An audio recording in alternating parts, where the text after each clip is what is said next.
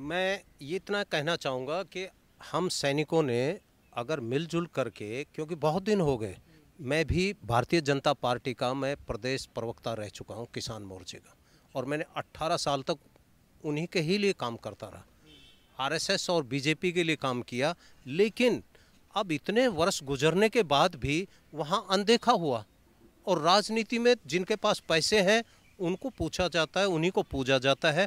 बाकी आप चाहे कितने भी काम अच्छे से अच्छे कर लो, आपको आपका स्थान वहीं रहेगा। अरे बोले सैनिकों को कहीं टिकट नहीं मिलती। हमने प्रयास किया कि हम इनसे अच्छा काम करके दिखाएं और टिकट हमें दीजिए। सोना विधानसभा की हमने मांगी थी टिकट, हमें 2 बार वहाँ से वंचित कर दिया।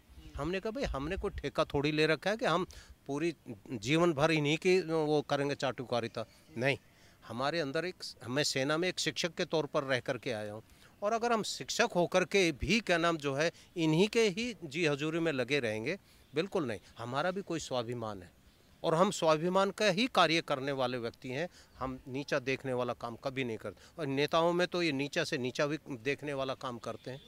आप देखते हो, बलात्कार करते हैं, मर्डर करवा देते हैं। ये कितना गलत है। ऐसा काम एक नेताओं के लिए अच्छा नहीं है।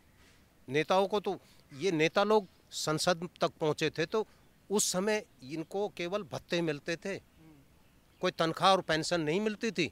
आज इन्होंने तनख्वाह भी बना रखी है, 1,20,000 या 1.5 लाख इनकी तनख्वाह है। और जब पेंशन मतलब ये है कि 5 साल पूरा हो जाता है कार्यकाल तो पेंशन भी प्राप्त कर रहे हैं।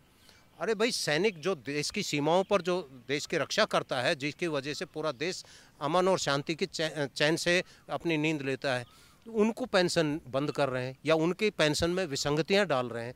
उन्हीं की वजह से तो आज यहाँ धरने पर बैठे हैं, 129 दिन हो चुके हैं। तो ये कितना गलत है।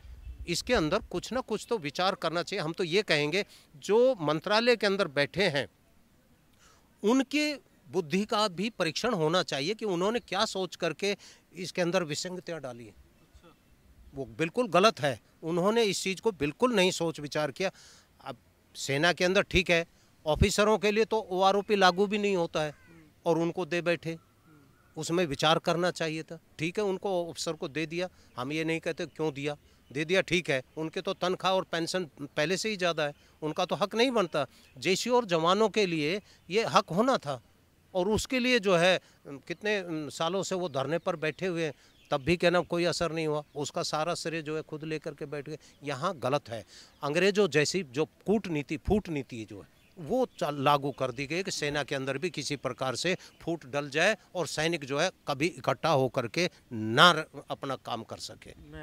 लड़ाई लगी हो युद्ध में, जितनी भी सेना हो, लंगड़ी लुल्ली कैसी भी हो, भाई ज़्यादा से बल इवन जहाँ तक जब फौज कम हो जाती है शिवलिंग को भी लड़ाई के लिए भेजा जाता है। खतर का ठीक है, यानी कि और ये कह रहे नहीं ये फलाना फौजी नहीं आएगा, ये फौजी नहीं आएगा, ये फौजी नहीं आएगा। जब तुम कंडीशन लगाओगे यार, विसंगति तो सभी के साथ हो रखी है।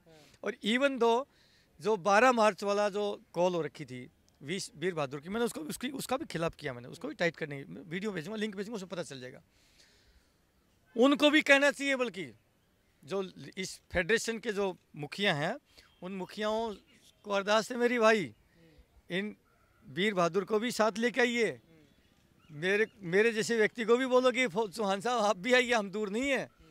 लेकिन अपमान कोई भी सह करके तो नहीं आएगा, अपनी तौहीन करवा के तो कोई नहीं आएगा, अपनी इंसल्ट करवा के तो कोई नहीं आएगा। क्या गलत कर रहा हूँ मैं? अभी मैंने आपके सामने कोई पॉलिटिकल बात तो नहीं करी। एक सैनिक बन के टोपी पहन करके आ गया, मैं सैनिक सोल्जर बन के हूँ ना। चौहान साहब राजनीति कर रहे हैं।